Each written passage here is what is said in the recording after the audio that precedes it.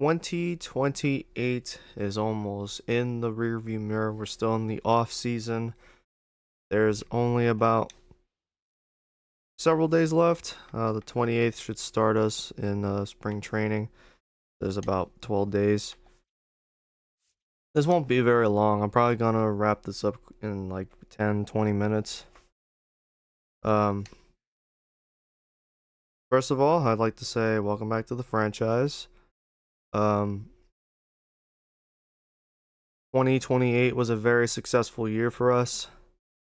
I'm pretty happy with the team's progress, albeit I am disappointed with our unfortunate exit out of the postseason. I don't think we should have lost that series to Milwaukee, or at the very least, we shouldn't have lost like that. 5 games where every game was basically within 1 or 2 runs. That was heartbreaking and pretty disappointing.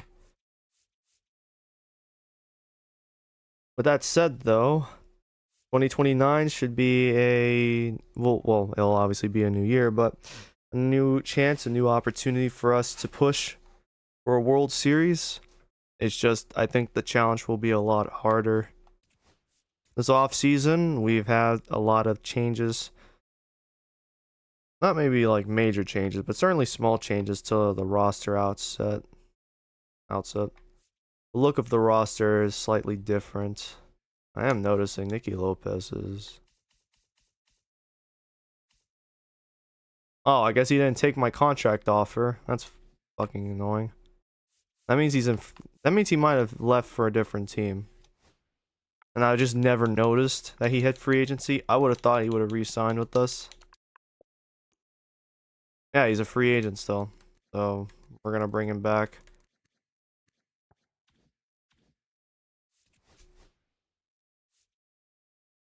Just that I do have to. Someone does have to be let go.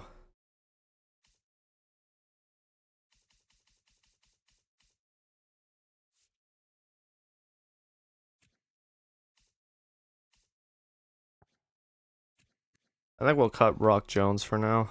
I'm not really.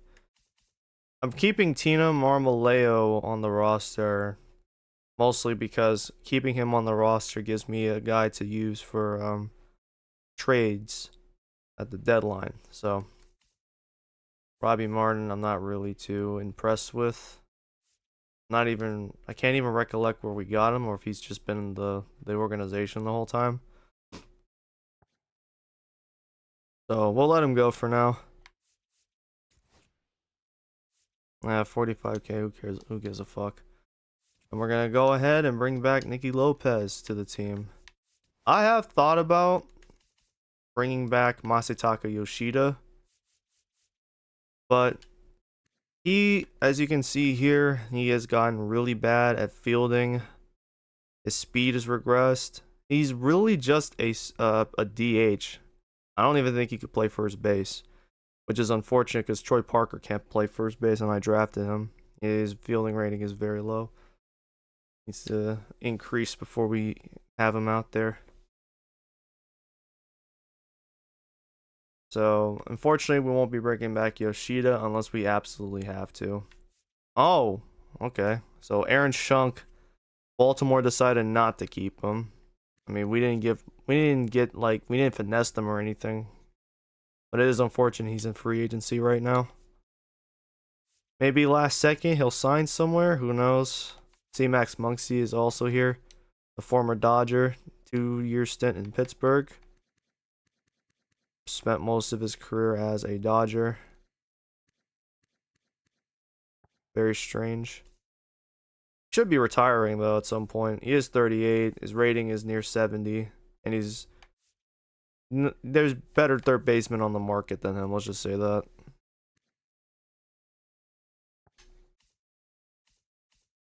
But Nicky Lopez still there, so he's asking for a 1-year deal up to $2 million or 9.7 million. He's actually asking for way more than I originally offered him.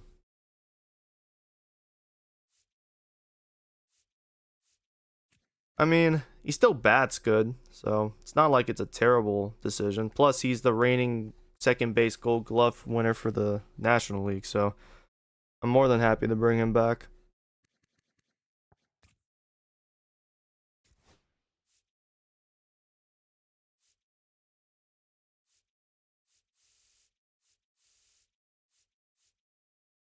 We'll do a 2-year contract, and it'll be $9.5 million. Less expensive than Masataka Yoshida. I believe he was asking for. When looking at Yoshida, he's asking for a $10 million contract for the 1 season here, and that's just not worth it. $10 million to a guy. You want to give a guy $10 million who can't field anymore. He can't play any actual fielding, and all he does is hit the ball. Great attribute, hitting the ball and hitting it consistently. Not enough to warrant a $10 million contract for a single season. Then we got Nicky Lopez back in Rockies colors. Good to have him back.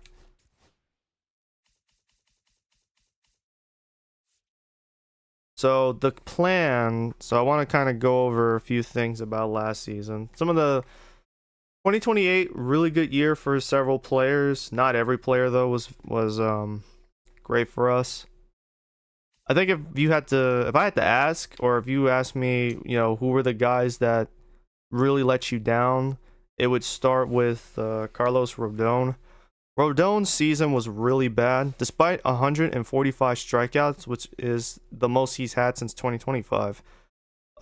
His ERA was atrocious. He gave up a lot of runs, a lot of hits. People were hitting the ball off him consistently, and it was costing us.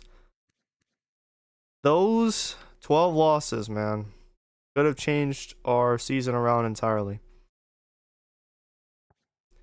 Another guy that I would argue was a disappointment is the now departed Jesus Luzardo. I think he was very disappointing for us last season. His ERA ballooned to 4.95. That's the highest it's been since 2024. So it was really frustrating because he was the third option. He was the third guy in the rotation. I needed him to go out, get it, play a lot of innings, and he played the fewest since 2025 as well. So he got very frustrating to have out there on the mound, and he had another year left on his contract, so I just didn't think it was worth keeping him. It wasn't worth it.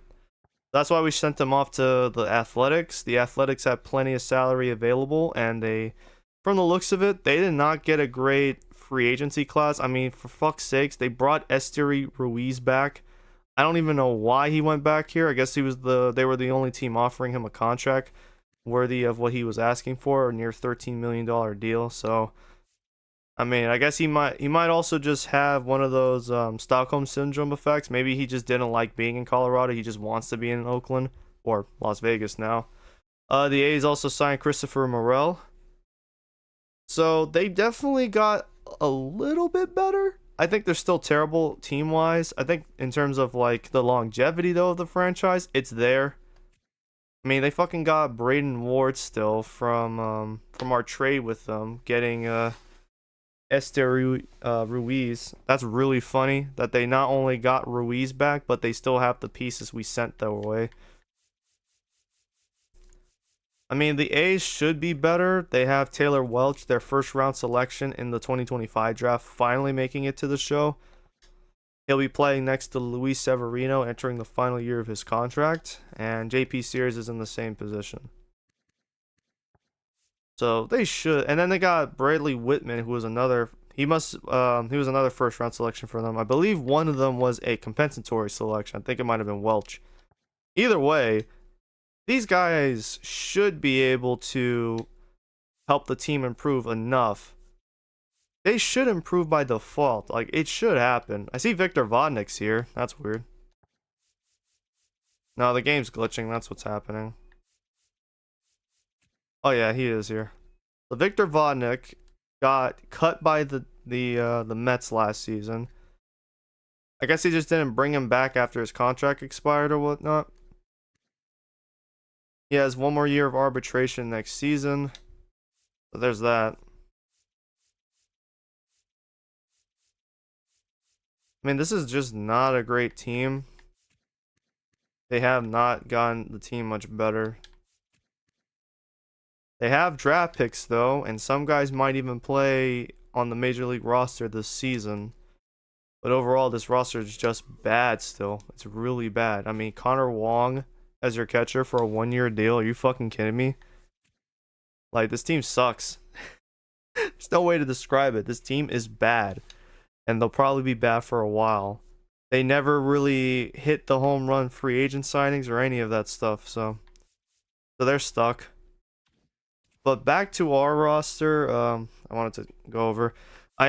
Things I'm looking forward to this upcoming season will be Anthony Ramirez, the college player born from Pennsylvania. He will be making the MLB roster probably after a couple of games in AAA. Our outfield is pretty weak right now. That's not a good look. Let me just do this. Right now, Robert Callis, he's like going to get he's gonna be most likely on the show this year. We kind of need that. At the same time, though, if we don't have many, I don't think we have other guys really available. I thought I cut you. No, I cut someone else. Shit. I got the wrong guy.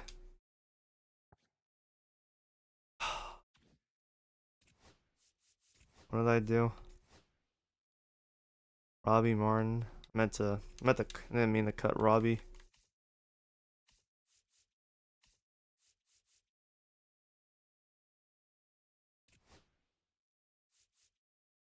Where the fuck did I get Brock Jones, actually? Where the hell did I get him from?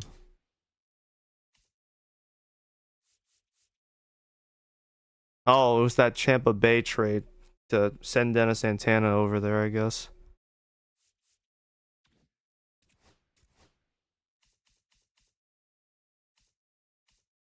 I mean, his record is fine. 68, not bad.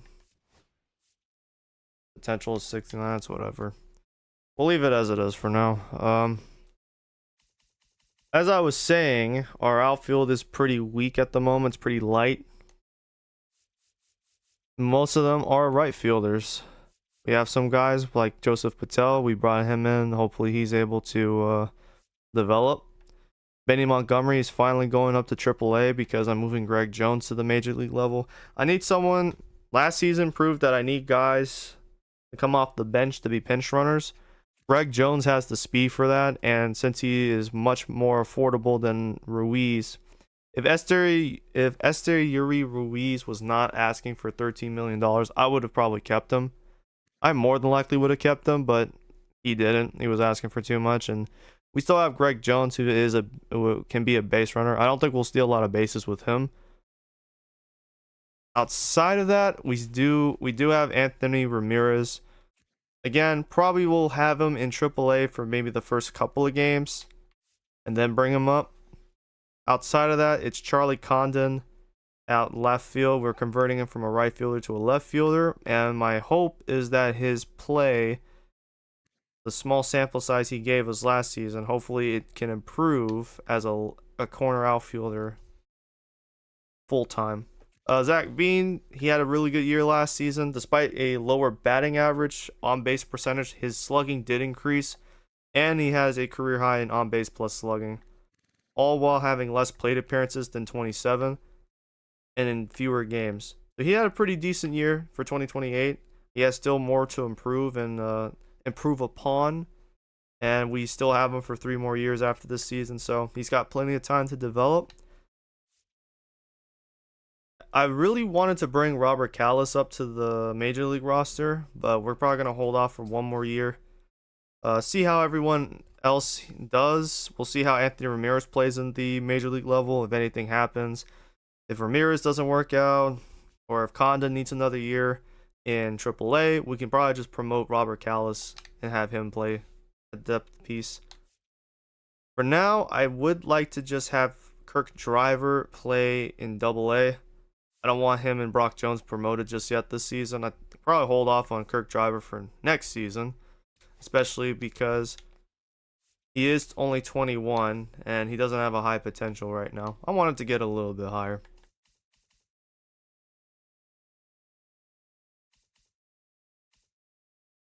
Brendan Doyle. He had a season where he improved his batting average, on base percentage, slugging.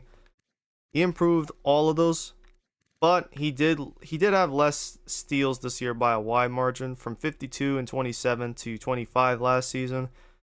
He did hit more home runs, so he had a 25-25 campaign. Less RBIs though, but he did get more walks this time, but he did strike out more. So his season was very weird. He had improved in some aspects and faltered in others. I'm hoping he can put it all together for 2029, especially because he is going to have a contract year coming up in 2030, and I need to know if he can actually be here long term. Like, he has the components where he is a complete player and can stay here long term wise. Because if not, I am probably going to have to trade him. I'll explain it in a moment. Mentioned Benny Montgomery, he'll be at AAA this year. I've gone over this. Ramon Del Villar, he's got some more work to do in AAA, or Double A. Only a 63 overall is not enough for me. I need to see more, so he'll have another year. Hopefully this season he can put it all together. If not, I'll probably have him go back and forth again between Double A and AAA to get his development on a roll. In terms of pitching is going to be a little different this year. Last season, we had what I assumed were solid pieces, not just with Chase Dollander and Jesus Luzardo, but I expected Dennis Eckert to be really good, which he was. All-Star, Rookie of the Year, and an ERA sub-3, 217 strikeouts, a league leader as well. Only surrendered less than 50 walks, surrendered less than 15 home runs, and surrendered less than 60 runs in general, and 133 hits all season long. He had a really nice stat line, and it basically got him what feels like a unanimous Rookie of the Year vote or selection. So he was great.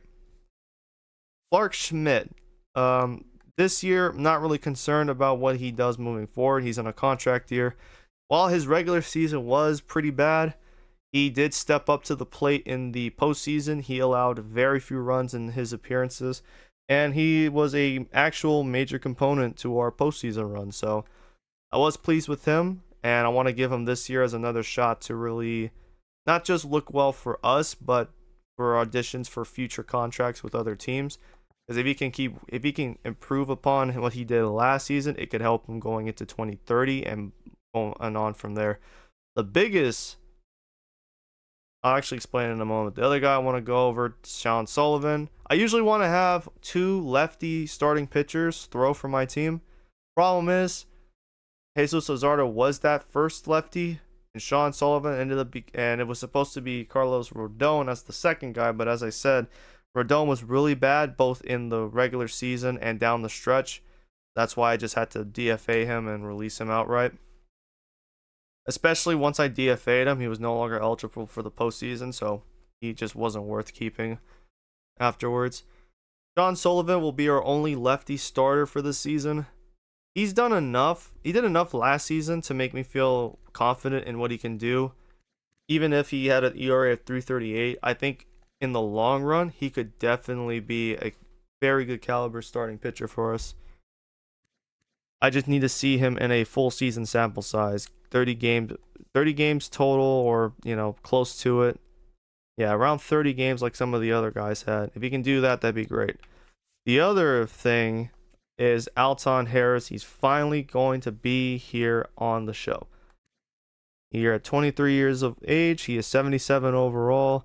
And I'm hoping to basically get him to sign. Not just one of the goals this year is to get him an extension before the year is over. And he is not the only one. The other one is Dwayne Roth.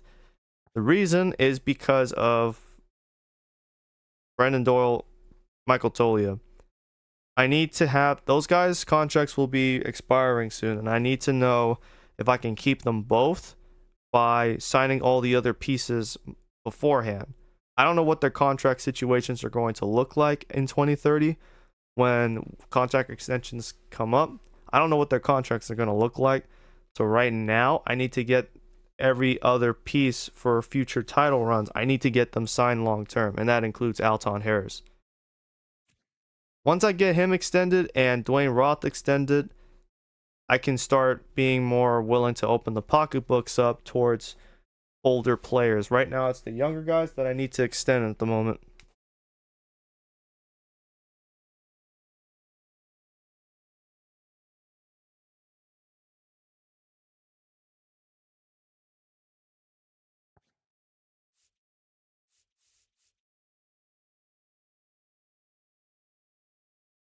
I think the most important thing is to make not only get them extended between Alton and Dwayne Roth, but the other important aspect is to get an extension for them that is going to keep them with the team long term for a very long time. Kind of like a Dennis Eckert contract. I want something like that. If I can extend Alton to 2035, that would be a 7. No, that'd be a 6-year contract. I don't want that. It needs to be like into 2037 or some shit. So we'll have to do something like that, something similar. Players that I'm looking forward to this upcoming season, a couple of them. Jose Fuentes. I kind of wish to keep him in Double A, but it's just not going to be the case here.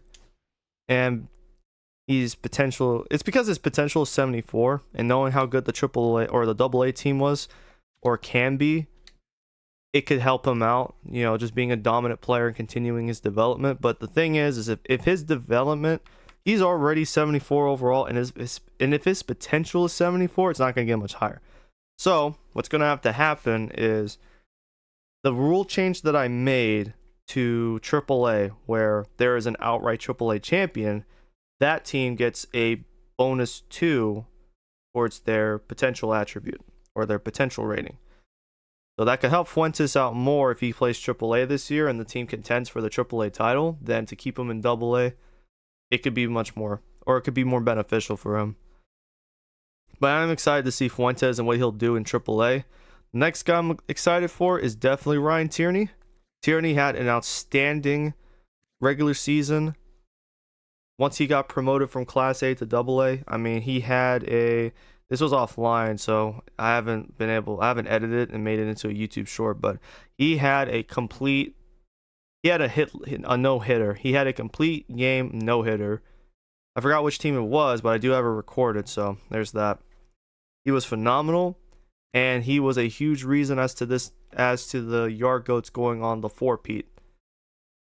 Now he's going to get a full year on full year AA action, and I'm excited to see what he'll do from here.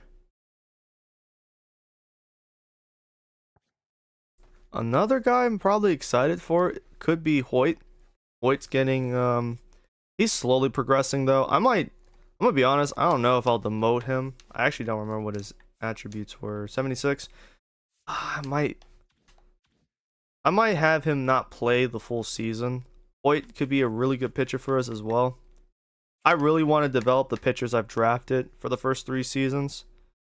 So for him, probably could demote him for several stretches throughout the year to make sure his development goes smoothly. Because he probably could be much better than 72 by now. Other guys that I'm thinking of, David Sandlin, he's pretty much up there in age, 28. He's reaching his peak ability as a pitcher, and I've actually considered trading him at this point, especially because he can't get better than 71 overall. So I am going to consider trading him before the season starts or before we get to spring training. Eric Norman, I'm hoping for a better year this year for him than last season. He was a meatball chef for long stretches, and I think it might be because of him being in the bullpen instead of an outright starter. Hopefully that's not the case. He is now a 90 for potential, thanks to the team winning the AA title last year. So I am hoping that he's able to progress. If not, I'll probably do the same thing to him I'll do the Hoyt, and just have them go back and forth from AA to Class A. Jack O'Loughlin, I really liked him I'm actually really tempted to bring him up to the show as well. I really enjoyed what he did for the team last year. He was huge for the championship run. Nearly played an entire game to help us win outright sweep our AA championship game.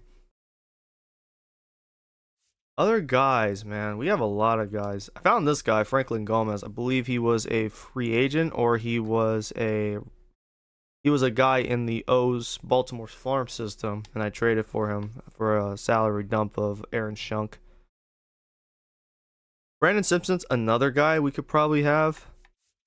I don't think we have an impressive starting pitching staff right now. Well, some of these guys are just flat out.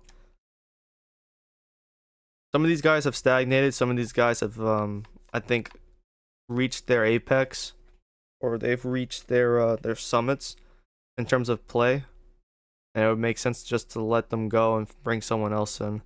We have some guys who might be able to see AA action this year. The one in particular that I'm expecting could be Brandon Simpson, drafted in 2027 as our final selection.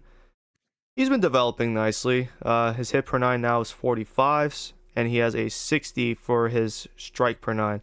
So he definitely relies on striking people out, which could work for us. I am perfectly fine with that as my option for pitchers. Rick Howe is another guy. He was our first round selection. I was really pumped when drafting him. He has a very, very high ceiling. Not as high as someone like William Lane, but he does have the attributes necessary to really, really become a really good pitcher for us. So I am looking forward to seeing what he'll do at some point. I would like to see him at some time from now. William Lane, I definitely need to at some point have him in the AA team. Using him on the AA team could boost or increase or speed up his development. It's just right now 64. It's not that great. His hit per nine is his highest attribute between the major four. So he's going to rely solely on guys not striking out against him, but guys fouling the ball and keeping the ball in play. That's what he's going to have to rely on as a starter for us. Which, if that's the case, that's fine. He is a 99 overall potential. I'm fine with that. Oh, I believe it was him, Charles Gerber. This was the guy I traded for from Baltimore. Wonder what he'll be able to do. Just got to give him some time, though, to develop in Class A, and we'll see where he goes from here. A lot of these guys down here past Rick Howe, they are kind of taking their sweet time, albeit Rich Ortega, I believe he was like a 60 or 59. Reliever wise, we got Jose Alvarado back for another year past the season, so he's here for a while. Ori Alcala, I'm hoping he has a very good year for us. In fact, I am planning to give him a contract extension to next season, so that way he can play for us this year and next year, be a part of this group that should contend for a World Series. But that might have to happen after I give extensions out to Alton and Dwayne Roth. So you have that. I'm hoping a better outcome for our relief, for our bullpen. Last season it was atrocious despite the acquisitions of Ben Joyce and Griffin Jacks. They did not help the bullpen like at all. I think it was because our bullpen was very top heavy. So we sent Griffin Jacks, Ben Joyce out. We sent Victor Vodnik out. This offseason, we dumped Justin Slayton to another team. I don't even remember what team it was. Slayton cost us game one through a meatball down the plate, and it cost us game one of the NLCS. I haven't recovered since, by the way. We have a variety of options to choose from now. We have a very, very solid bullpen for our major league level. AAA, take it or leave it. It's pretty much the same one for one as last year. I think the guy I'm looking forward to the most, it's got to be Ray McCormick. I am really excited to see how well he progresses. I think the plan for this year for now would be keeping him in the AA team. I want to see more of what he's capable of first before I want to give him like maybe a month in AA. If he works out really well, we'll put him up to AAA and see how he does from there. In fact, to be fair, AAA season starts before AA's. AA, they have to wait like another week for that.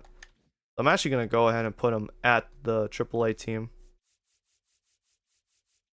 As good as he is right now, he definitely help out.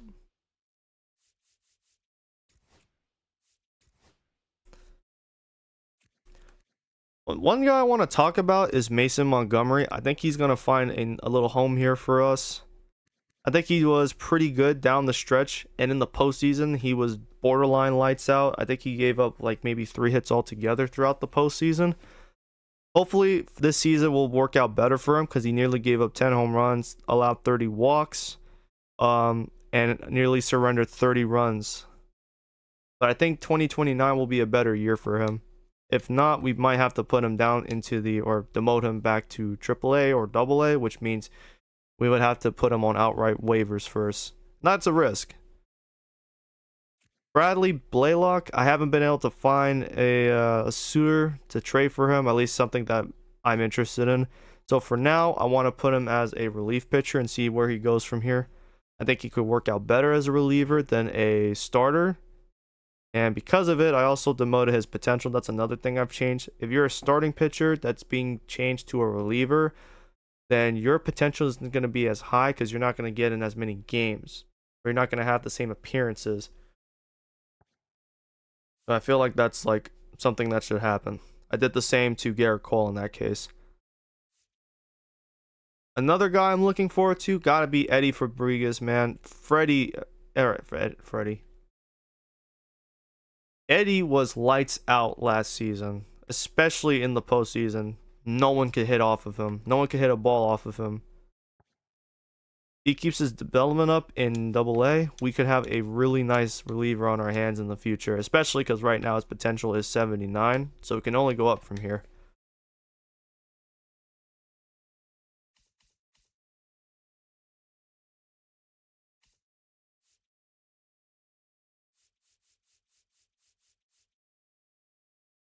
Do I have another reliever? Probably Yoendrys Gomez. Yoendry Gomez for the Yankees. I really liked what he was doing for the Yankees last season, and I thought, you know what? Let's bring him into our farm system. Fuck it. So we have him. We traded him. I don't think we gave up much to get him. I'm curious to see what he'll do. Probably not going to have him in AAA. Probably just going to make him a AA pitcher for the year. That'll be fine. He has some nice pitches in his repertoire. Expecting another good year out of Castillo. As for Ty Langenberg, I would like him to be essentially no longer a AA player. He really should have just been a major league player by now. It's just his development has taken longer than anticipated. Harry Ford, man. Very up and down season. Got better when the playoffs came around. I'm hoping this season is more so closer to 2027 for him than 2028. I'm hoping that's his case for 2029. Of course, Michael Tolia. I'm very like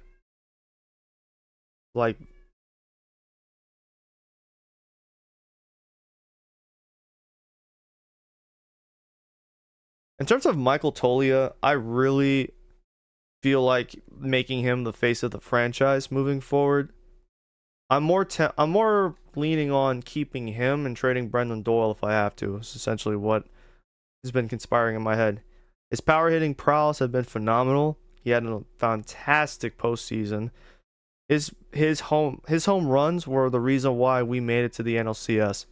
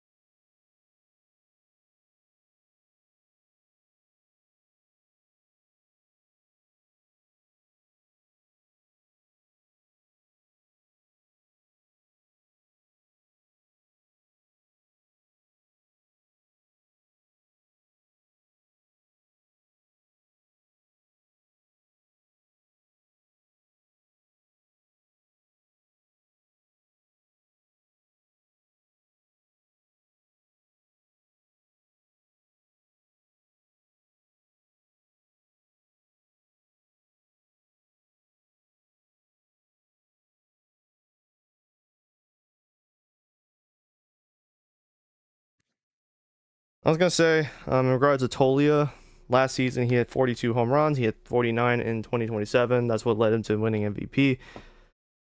2029, I have lesser expectations. I don't need him to hit 30 or like 40 home runs again. I don't need him to hit 50 home runs either. I don't need that. If he can just get 25 to 30 home runs a season from here on out, that's perfectly fine. He's already at 183 this season. He could eclipse, if he gets another 25, he can eclipse 200 career home runs. That would look really nice for him as an MVP winner. And before you know it, if he can keep this up, he's only 30. If he can keep playing till 2036, he might be a Hall of Famer, and that'd be really cool. We got Wilson Contreras for a year. If he's not playing catcher, or if he's not playing first base, if we need to play a different position, he got catcher. We'll have him for the year. Don't have high expectations for him. I just need him to do his job. Be the backup behind Tolia. When Tolia needs a day off, come in as a reliable first baseman. Do your job. Especially because Troy Parker, he has a shitty fielding rating. Despite his batting prowess, he does not field very well. And because of it, I'm actually considering him for AA action instead. I don't think he's going to develop properly at AAA, because remember, AAA is going to have very good players as well. If he can at least get to AA, that would be fine. So we're going to go ahead. I'm actually going to move him for now down to Class A. I want him in Class A for now. Let him stay in Class A. Probably for the first couple months. See how everyone else does. Zanatello, I think he'll be fine as a first baseman. It's not his natural position. He's more of a second baseman or a shortstop. He's a natural born infielder, and he's a very solid one. Got better power hitting wise last season out of him. He's been a very good acquisition from Boston. So I've liked what he's done so far, and I expect more out of him later. Matt McGrath was out with a shoulder separation injury last year, so not sure how well he'll do this year. But for now, I'll probably just have him down to Class A for rehab purposes. Tony Blanco Jr., he can just be the backup. Don't know what to expect out of him. Didn't really get much action out of him last season, but we'll see how he progresses as a backup and see where he goes from here. He's gotten worse at batting against lefties, so that's awkward. Still, though, we're waiting on Pedro Gonzalez. We got him in a trade. I forgot which team we traded him for.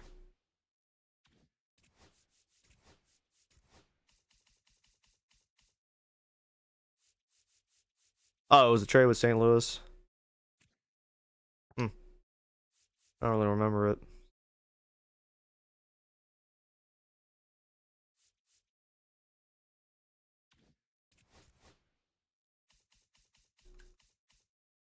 Second baseman. One of the things about second baseman this year is Nicky Lopez is still very good at his age 33. Still great at fielding. His contact got better as well, but his power hitting, not the best. But it's not the worst case scenario. But what's going to happen this year is Adadel Amador, I think it's time. He's 25. We got him under contract till 2034.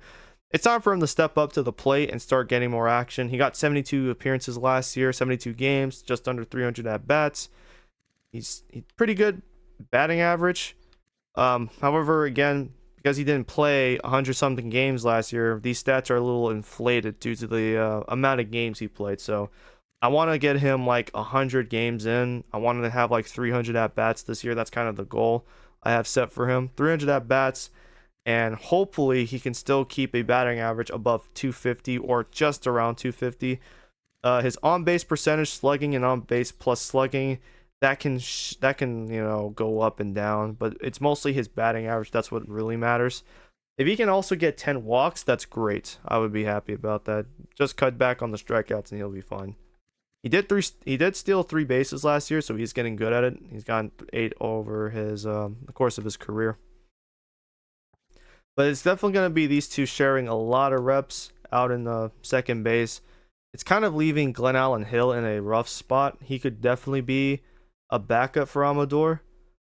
So we'll see what happens. For now, though, Lopez is back for the time being.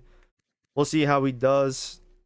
I definitely want Lopez to get another 100 plus games in, because if he can get a third Gold Glove, that would look really nice for his career resume.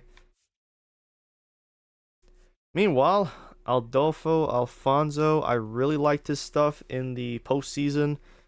Didn't get much double A action. He was stuck in Class A for most of the season and then came promoted up for the postseason. Showed his stuff, did his stuff, and it rewarded him with a +1 to his potential, where his potential was already 79. Now it's an 80, thus is why his potential is bumped up to a B. So I've liked what this guy has done so far, and since he's 19, he has plenty of time to develop. There's no pressure on him right now. He's got plenty of time. He's got at least another 2 years, 3 at most, so he'll be fine. Third base, we got another year of Owen Miller. This will be his last year. He's currently in a contract year. I would like to bring him back. However, his rating, I thought his fielding rating would be a little bit better. But for a third baseman, he has a really weak arm, and that is something we can't really work with. Need to be a little stronger. So in the event that we do keep him past the season, I'd probably just let Wilson Contreras hit free agency, keep Owen Miller, and just convert Owen Miller into a first baseman and just have him play first base. He'll be a backup mostly at first base, because hopefully by next season, the plan is Dwayne Ross should be good to go as a fielder. He should be good enough to field, and he can start at third base. If anything, at the same time, we already have Adel Amador. He's getting better at fielding, and I need to see him continue getting better at fielding. He's got a higher ceiling at the moment than Miller. At the same time, I still do have Sterling Thompson to look over. Thompson, pretty solid for a player. Need to see what else he's really capable of, if anything. Right now, I have Dwayne Roth on the AA team. It's just a sort of temporary thing for the moment. His fielding is getting slightly better, but I need him on AAA this season. I need to be available to get a contract extension. I need to be able to keep him for the long haul.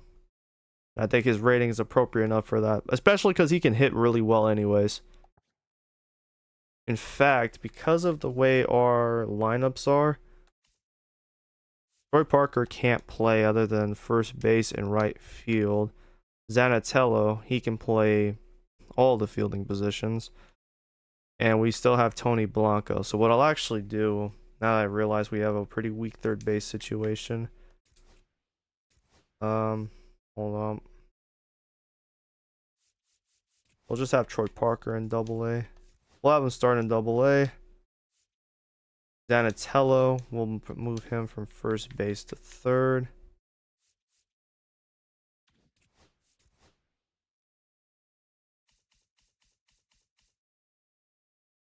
His rating actually bumps up to 69. Nice. So with that, we can actually put Dwayne Roth on the AAA roster for the time being. That works. It looks nice in a Isotopes jersey, not bad. Kevin Brito. I think we got him in free agency. I don't remember. Either that or it was a trade. Yeah, it was a trade with Boston. What else do I need? That might be it. So, gone over almost all my hopes and dreams for this upcoming season. One of the things I need to wrap up with is I wanted to continue, because I didn't do this off camera. I could do it while talking. Finishing up some of the rating changes for some prospects. I left off, the last one was Cole Emerson.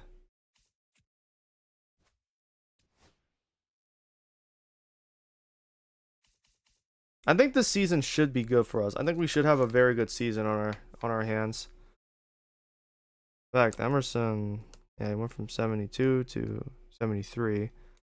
And I wanted to move him up to a 77. It doesn't have to be that. You probably can just use another +1.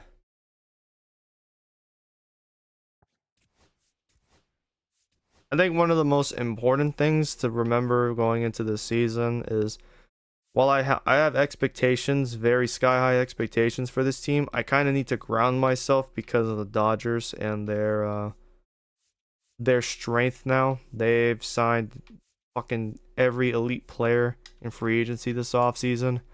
They have forged an ultimate super team that most teams, not all the teams in baseball, they have no way to actually compete against them. Yeah, we won't do high with cold embers. We can probably just from here on out do plus ones.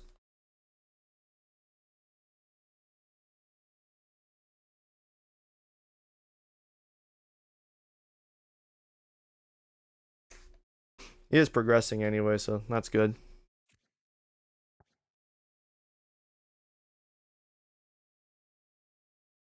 One of the guys I think I wanted to work with was one of the not guys I wanted to work with. One of the guys I was gonna give a rating boost to was Roger Irizarry. That might not be necessary now because the idea of the rating boost was to give him an additional arm to throw out there.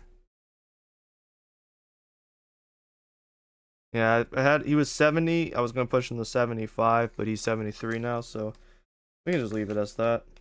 Especially because they have new pitchers anyways. Seemingly he's developing fairly well in their system.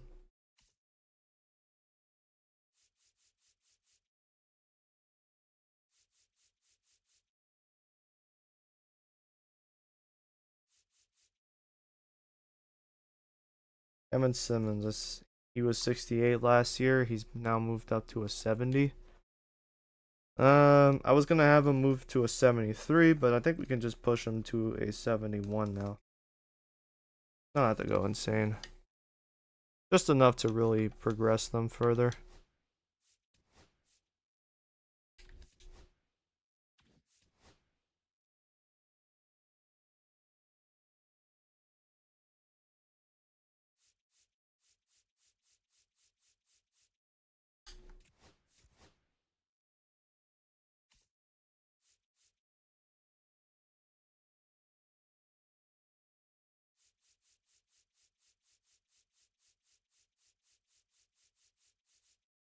Yeah, 71. That's taken care of. Dave DeJong. He's a shortstop for Cincinnati. Man, Cincinnati has so many freaking shortstops. I can't even like comprehend this nonsense, this other stupid nonsense. Uh, he was a 60 last year. He went up to 62. I was gonna want him to be a 65. We can do it. Actually, crazy man. How they just some of these teams, man, they've just been hoarding their shortstops. This is the type of greed they talk about in the Bible. Happy Easter, by the way.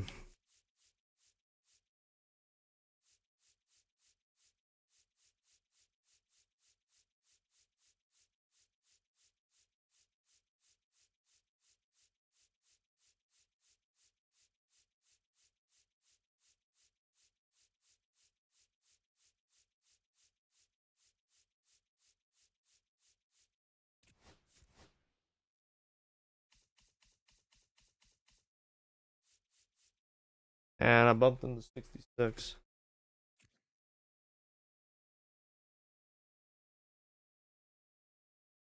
That shouldn't be too bad. Fuck it.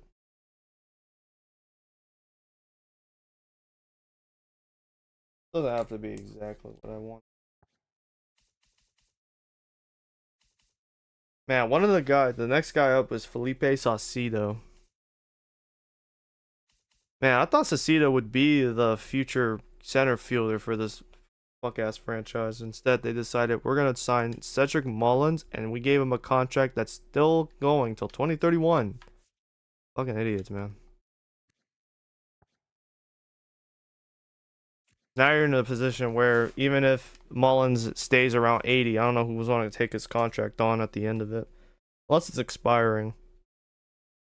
I wanted him to a 76. He's already 74.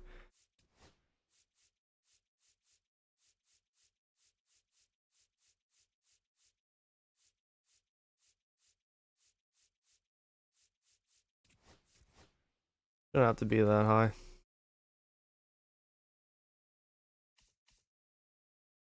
Yeah, we can just do 75. I had originally 76. I just cannot. I'm really annoyed with the CPU for Arizona. I had them trade like 3 or 4 guys to free up over $50 million in team salary. So you can re-sign Ketel Marte so he can finish his career as a Giant. Or as a Giant. As a D-back. That was the hope that he would finish his career as a D-back. And instead he ended up going to the fucking Giants anyways. He ends up leaving the team he's played for his entire career just to go stay in division. Actually, he played for the Mariners in 2016. I didn't know that. He ends up going over here. The fucking Giants. Demon. I don't even understand that. It's like, oh wow, nice job, retards. Now you just lost one of your most important players on the team. Nice work, idiots.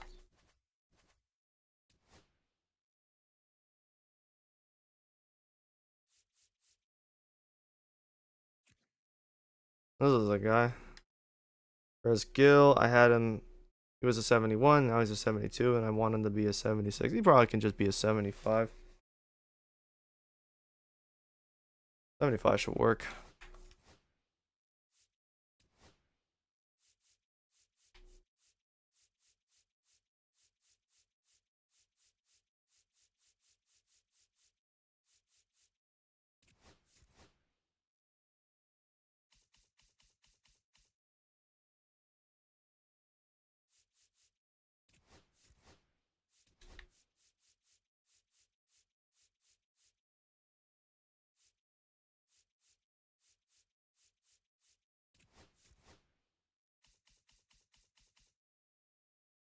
Yeah, 75. There we go.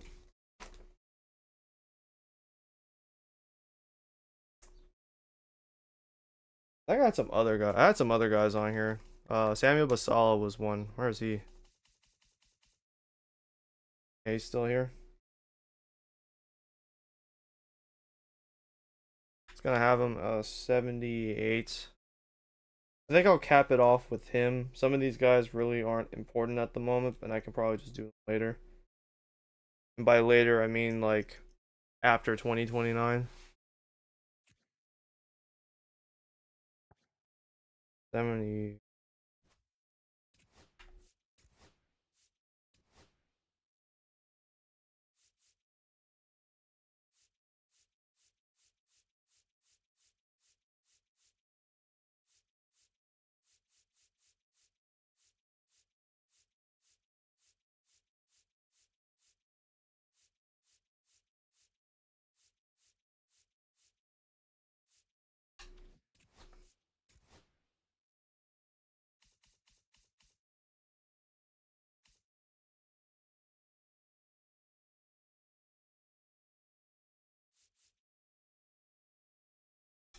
I think I'll just make him a. Nah, he can be that. That works. Yeah, we'll cap it off there. I don't want to waste too much time. I want to be doing some training by now. Some of these other guys can probably be taken care of. Let me see. Hold on. Maybe I don't have to stop just yet. Let's see.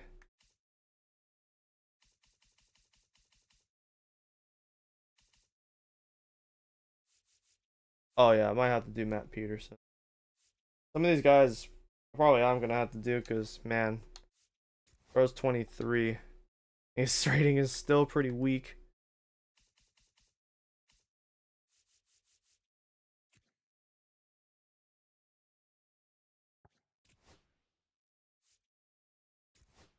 Gonna have him at 68 because he was a 62. Yeah, we'll do 69. That's the credible number.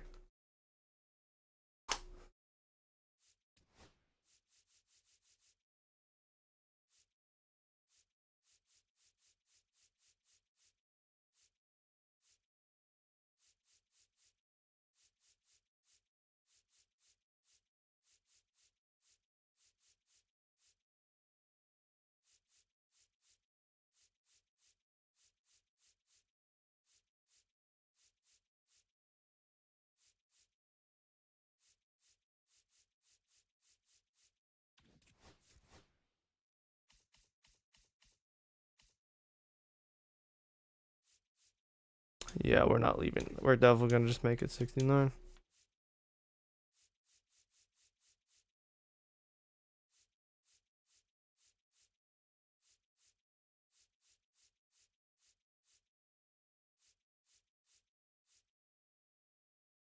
Man, it's raining like shit outside my house. Thank God I did what I needed to do this morning.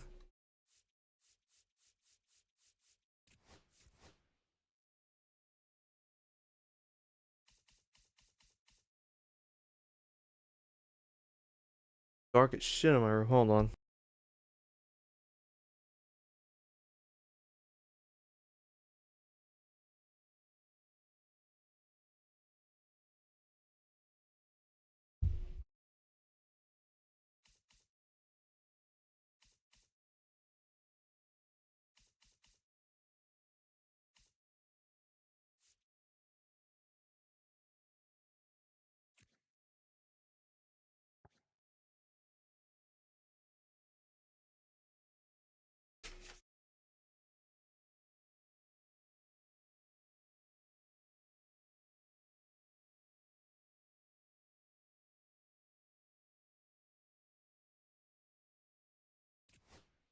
Man, if I was doing some of these ratings before free agency started, they probably wouldn't have signed Jordan Alvarez to that fucking fat contract. Jesus Christ. Like, dude, he's there till 2036. He might be gone by 2033 though if he's old enough. Well, I just don't see it. If anything, the only hope is that he starts to regress at some point and becomes trash. That's Zaire Hope as a 75. I'll just go ahead and do that.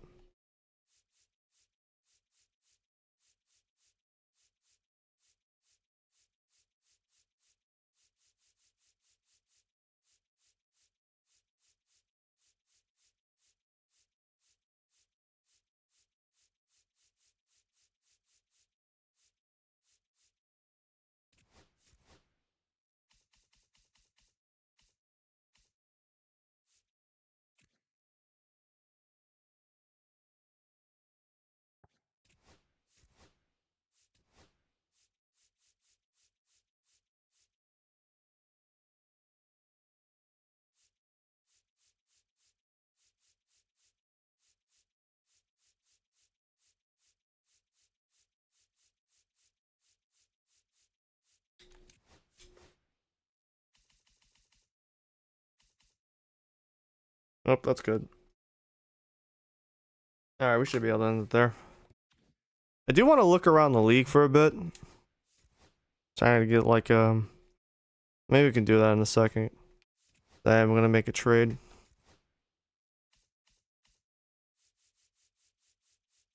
So the trade that I was thinking of is David Sandlin. We're gonna add him.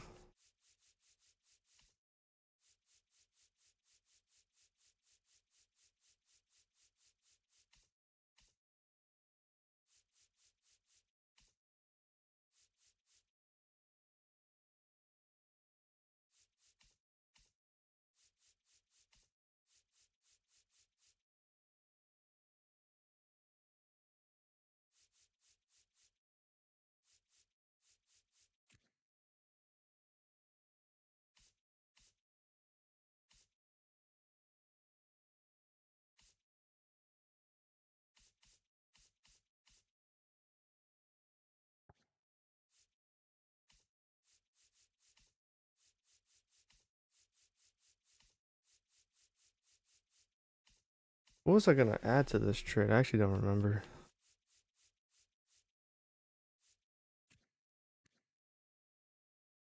Might have been Brian King.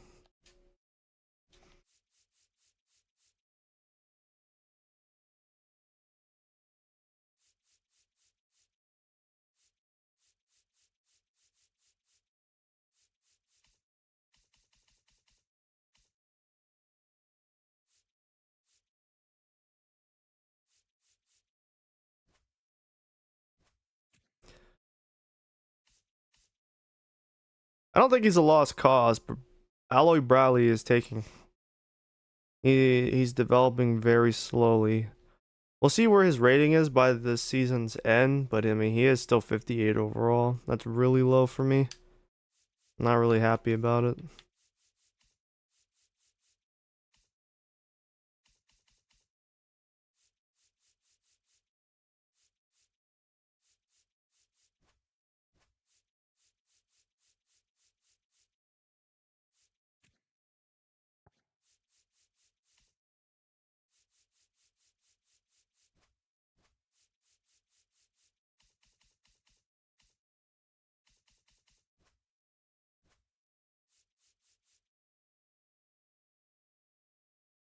I'm not sure what else I have for a trade. If I have anything, that is.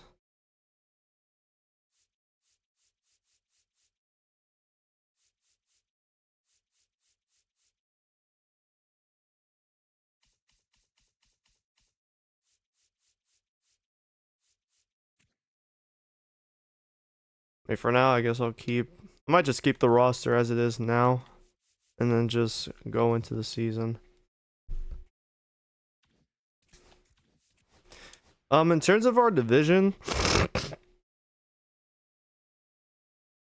I think the D-backs will finish in 5th place again, but they'll probably win around 70 games at most. They did pick up Randy Arozarena, who I guess is just on a West Coast tour, playing with Seattle. Played with Seattle, and he played for the Dodgers last year, and now he's in Arizona. I know he says here he played for Miami in 27. I actually didn't realize it. That doesn't matter.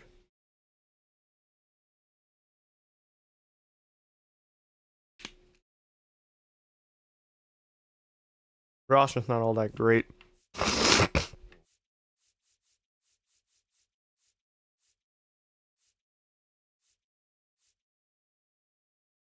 I mean, your best bet is you can bring back Brandon Fod, but I don't really trust the CPU at this point.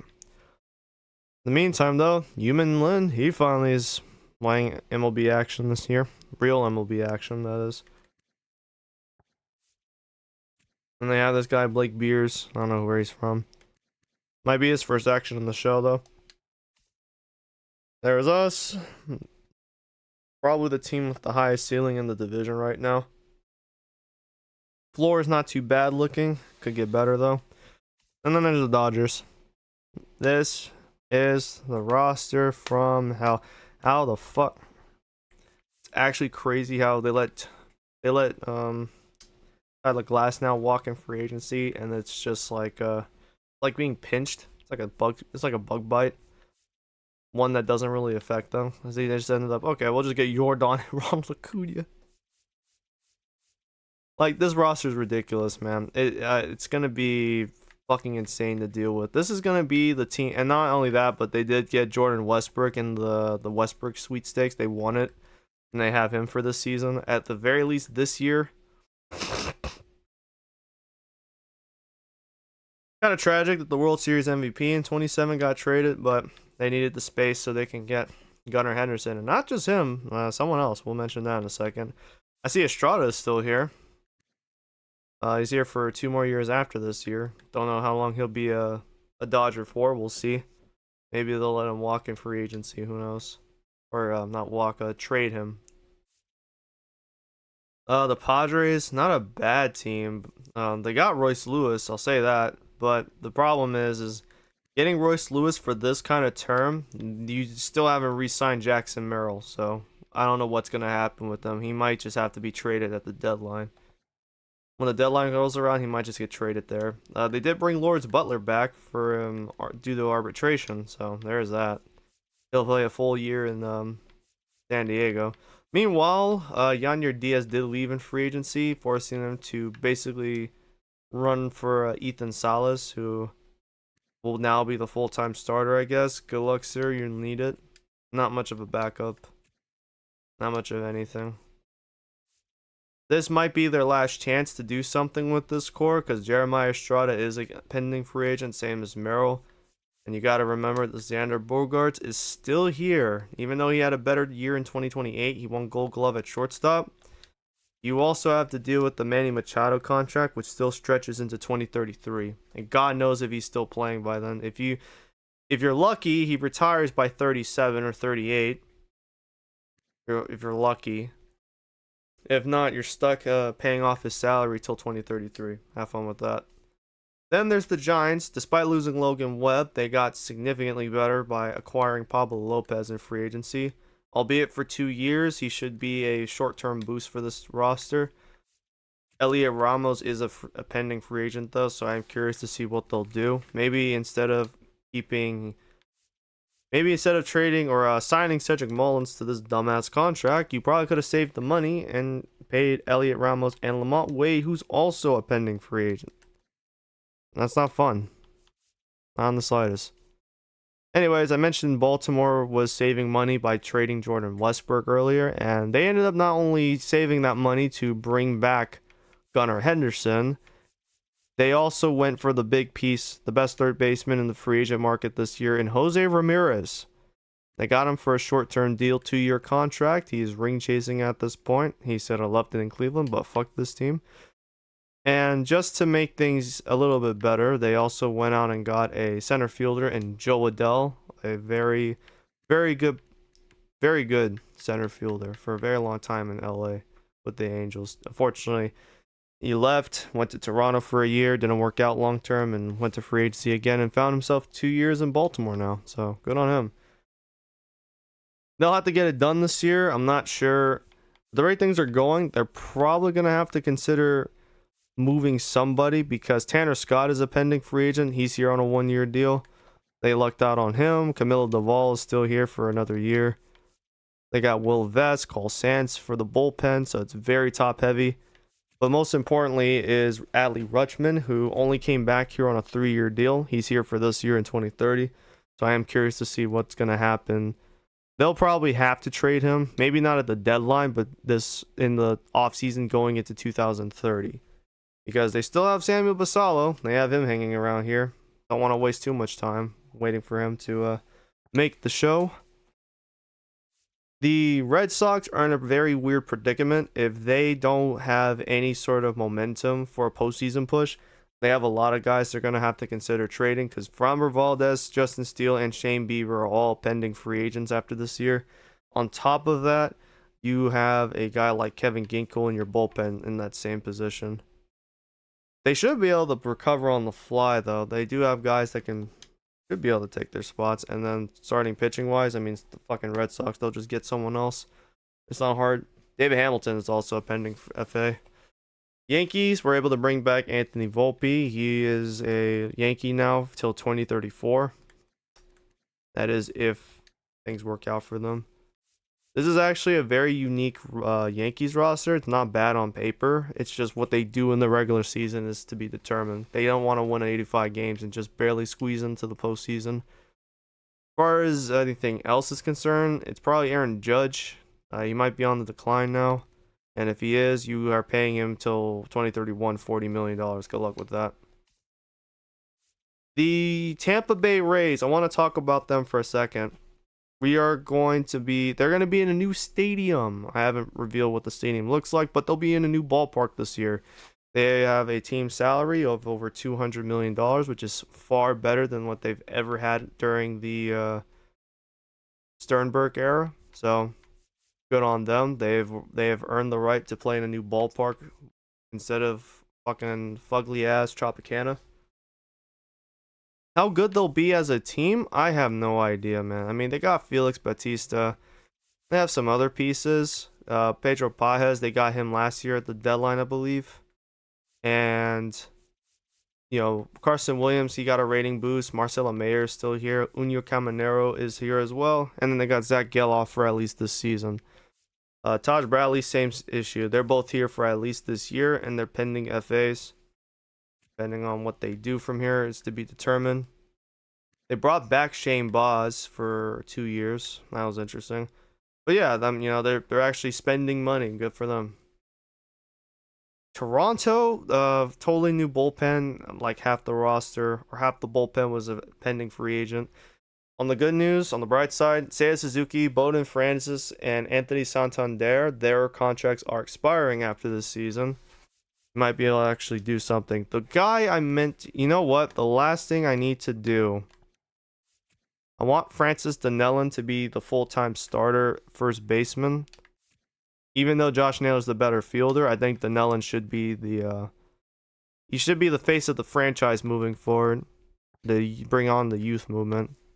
A Josh Naylor trade is in order. I'm actually gonna have to do it now here on stream.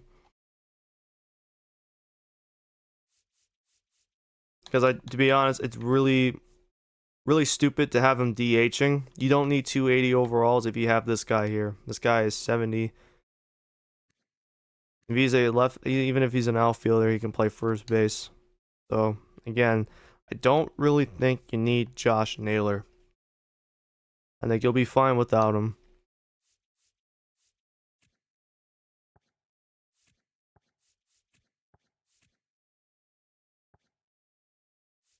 Let's see what else is there. So we got the White Sox. They're getting better.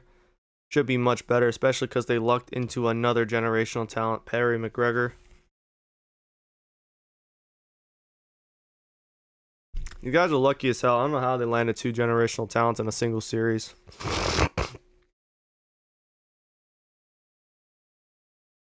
The type of luck they get, bro, is astounding. They also got, I see they got Alexis Diaz and Drew Rasmussen from free agency. That's interesting. And they're on 1-year deals.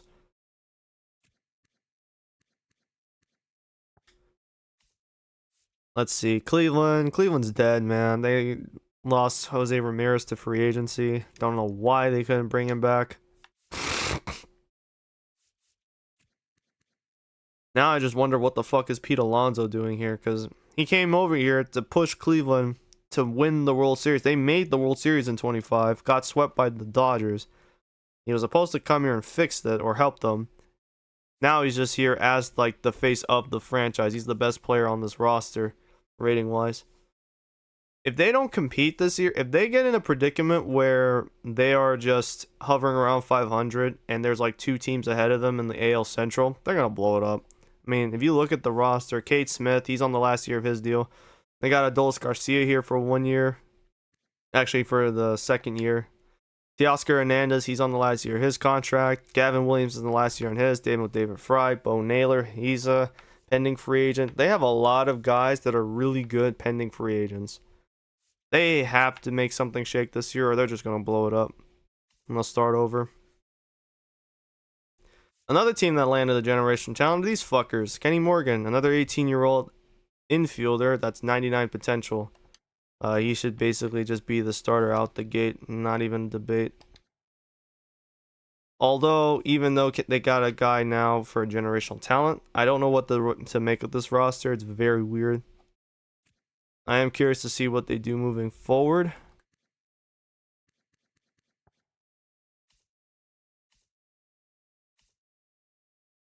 Kansas City lost Cole Reagans in free agency, but just swapped them out with Tyler Glasnow, who's around, I think, a little bit older than Cole Reagans. Other than that, this roster, a lot of guys pending free agents. Same like Cleveland, got to make something shake this year, or you're looking at a massive retool at the deadline. More than likely happening. The Twins, probably going to have them sell off Carlos Correa at the trade deadline. He only has another year left on his current contract. And then from there, they can probably start resetting the roster, building around Reggie Holloway, and anyone else that's able to be signed long term. I see they got Ryan Pepe off. He left the Rays to go here. That's curious. How long is he here for? Till 2034? Yeah, that was a shit contract. Jesus Christ. Houston acquired Grayson Rodriguez from Baltimore. So another guy Baltimore let go to free up salary to bring back Gunner.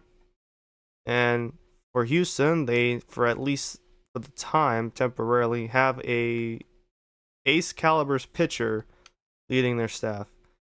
The rest of the staff is very shaky, and now with Jordan gone, there's really not much here to look at besides like Dylan Cruz.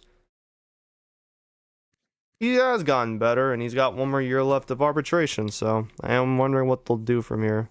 I see they got Matt Brash, Luis Camposano left San Diego to come here. That was weird.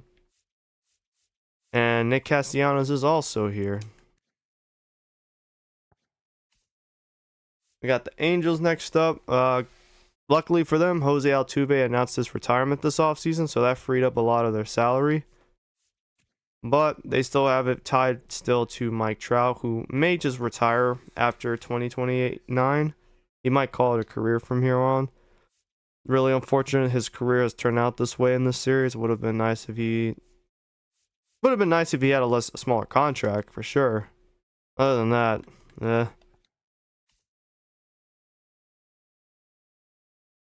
Next up is Oakland or Las Vegas. We're kind of over them. They haven't really done much in terms of free agent acquisitions. The most notable ones I can see is Ruiz, Morel, and Connor Wong. It's pretty weak. Seattle, they have to make something shake. 4 of their 5 starters are pending FAs, and Ellie De La Cruz is the same issue. They did spend money on Riley Green. He's going to be here till 2034. So they did get an upgrade though. They have 4 very capable outfielders while also keeping Brandon Lau. They have Ryan McMahon and then trading for Ellie De La Cruz. Landing that Ellie De La Cruz on the wheel was very fortunate for them. Otherwise, I expect this team to be in contention for a World Series. If anything less, it's a failure. And then there's Texas, who I don't expect much. Real quick, as you can see, they have a rising star or rising prospect, a top 100 prospect at second base. That is Kian Pena, but I changed his last name. He doesn't look like a Pena to me. And he was born in Rhode Island. I thought it'd be more natural for him to be named Keon or Keen Pennington. I think that's a more natural name. Don't always do stuff like that. I see that they brought Zach Eflin back at a 4-year contract that's increasing per year. Okay. Hopefully that works out. Garrett Whitlock, he's here for 3 years. Kumar Rocker's here. Emiliano Teodo, he's here. He's back. Alejandro Rosario. I don't know what to make of this team. It's not that impressive on paper. And then on top of that, they have Wyatt Langford, who's an expiring deal this offseason. I don't know if they'll bring him back. You could likely see him being moved. They do have Land Thomas though, so there's that. Let's see, almost done. Now we're in the NL East. So Atlanta lost Ronald Acuna and replaced him with Kerry Bonds Carpenter. I'm curious to see how Kerry will do for Atlanta. Not as good as Ronald Acuna, that's for sure, but a lot cheaper though, I guess. Fits their mold. The most important name for them is going to be Spencer Strider. He is a pending free agent. They lost Sean Riley to free agency, but getting Gabriel Moreno at the trade deadline worked out. Landing him because now he's back at it for at least this season and 2030. So we'll see how the team looks for the next 2 years with him as the starting catcher. Still got Matt Olson kicking ass. He's here for at least this year and next year. Then he'll be a free agent. Outside of that, you got Logan Gilbert till 2032, and then you signed Garrett Crochet to this albatross deal. Not saying he's a bad pitcher, but he did have a really rough year last year for Atlanta. That contract is insane. Miami, I don't know how good they'll be this year. Yuri Perez, he has 1 more year left of arbitration. Xavier Edwards, he's here. He's a free agent after this season. Tyler O'Neill's still here. They still got Luis Robert. He's here until 2034. They did get Spencer Torkelson at first base. He left Detroit as well. Otto Lopez is still at second. And then they got Jeff Hoffman still as their closer. Josh Young also left Texas to come to Miami. A lot of guys leaving for Sunnyside, South Beach. For the Mets had a really disappointing end to their postseason hopes. They only took game 1 of their wildcard series against Philly and then lost the final 2. They got to make something shake as well. They're one of the many teams that have to. Luis Renifo, Luis Castillo, Francisco Alvarez. There's a lot of guys here that are pending FAs. They did bring in Ryan Nelson, and they still have Nick Lodolo, but the biggest piece they probably got was Cole Reagans. Getting him was huge. Still, need to make something happen this year. Only so many chances left, New York. Philadelphia, somehow they're still alive. I thought they'd be dead after last season's failure, after getting swept in the NLDS. But they're not only alive, but they have like crazy firepower. Not only did they get Stephen Kwan in 2028, but this offseason they got Jake McCarthy and Emmanuel Clase. Well, bringing back Matt Manning. Bring him back, get Yanier Diaz, and you have a very compelling roster here in front of us. I am curious to see what Philly does this year. Maybe they'll be able to make the NLCS. Who knows? Nationals suck. They gave Luis Gil this dumbass contract. I don't have any expectations for them at this point. Next, Cubbies. 3 of their starters are pending free agents. Dansby Swanson, pending free agent. This is not even a great roster either, so I just don't expect them to do much anyways. If anything, if I wanted to, probably trade for PCA, Pete Crow Armstrong, very fast outfielder. Just needs to get his confidence back as a batter, and he'll be on the right track. Who knows? He could probably get traded to us, and we fix him. The Reds, not much to say. Don't have high expectations for them. They're better in the pitchers department with Hunter Brown and Emerson Hancock and several other guys. They have Rodney Sachs in the farm system. Hopefully he'll be at the show at some point. Still waiting on him. But then the most important thing was getting Salvatore Nunez, a new shortstop, a 22-year-old who's 79 overall. Don't think he'll be at the farm system for long. I think he'll be at the show momentarily. Still got Yanquiel Fernandez looking nice in Cincinnati. Going to have a full first year in Cincinnati this time, playing there in March instead of waiting until the trade deadline. Still got Lars Nootbaar for another year after this.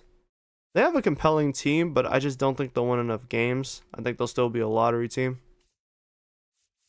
The defending champion Brewers, not only did they win the World Series, they got significantly better. Fucking Byron Buxton went to the winning team. Jackson Churrio's still here. Sal Frelick as well. Joseph Ortiz. Nasim Nunez, he's now going to be a regular at the MLB level. At least, his first time being a regular since 2027. They not only brought in George Kirby from Seattle, gave him a fucking albatross deal. Not only did they get Luis Garcia as well, or have him still, they still have a very good starting staff. And Sean Murphy, they got him in free agency. That Brandon Woodruff leaving and for retirement saved their necks. Now they have. Now you look at this roster, it's a top 10 unit. This is a top 10 team right here. I don't know what else to say. In terms of Pittsburgh, this is their last chance to do something before Paul Skeens is a free agent, and I have no confidence that they'll be able to extend him. He is already getting $33 million for this one season alone. Jared Jones, maybe they could bring him back, so we'll see. If things are really going south for Pittsburgh, expect both of them to be heading out the door. Hell, maybe even Rhett Lauder at this rate, and then you'll just have Jose Soriano hanging around. Man, this is not a great team. In terms of the roster and everything, this isn't a very great team. They get CJ Abrams, so they have gotten a little bit better, but it's still not good enough. I think 2027 was a fluke for them winning their division. We'll see what happens. St. Louis, they're still rebuilding, and they're in a really weird situation. Mason Wynn, I'm not sure what's going to happen to him. They haven't extended him yet. He's on the last year of arbitration. My thought, one of the teams that will be active probably would be the Diamondbacks. I think they'll be active looking for someone like him. Even though Geraldo Perdomo is still here, he is a pending FA and he's 29. He'll be 30 next season. If anything, you just dump him for Mason Wynn and then you complete a 3-team trade where Perdomo goes to a contender. Other than that, they got Tanner Bibby, Quinn Matthews still. Ryan Matthews is back. I think he was here last season to round out the year anyways. And Logan O'Hoppe decided to stay in the division, except picking the worst team in said division. Yeah, I wish him luck. But yeah, that's kind of like the preview of every team heading into the new season. I am curious to see what we'll do. There isn't really much else to go over. I'm going to trade from Philly. Why the fuck would I take Ryan Thompson? This man is 36. He is on his way out the league. No.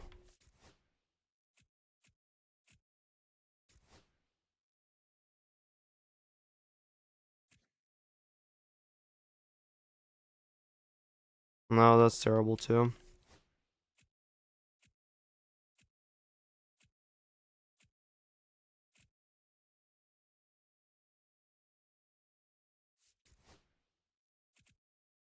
Alright, that's the off season. Gonna go ahead and get everything situated, and then I'll get back on stream for the spring training. So